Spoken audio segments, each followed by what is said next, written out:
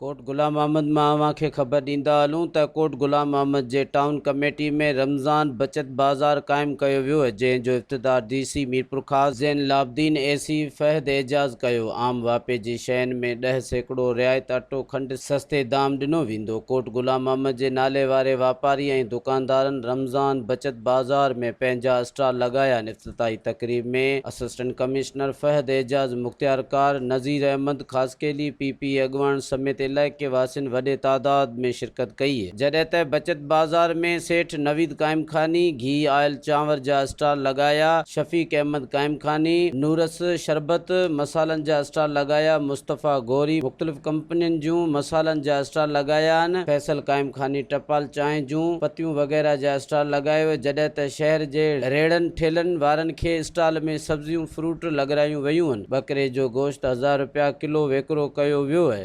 Wallpapers and PVC panel shop 3D wallpapers की वसी range जो आपके घर को बनाए आपके ख्वाबों की तरह खूबसूरत। बेहतरीन क्वालिटी के वॉलपेपर्स और सीलिंग्स बेहतरीन कलर्स और डिजाइन्स में दस्तयाब हैं।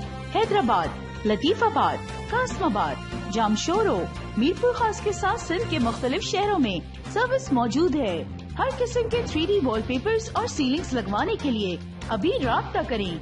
कॉन्टैक्ट रांझन अली सोमरो, व्हाट्सएप 0333370786, 03333702 तालिब हुसैन 0317131090।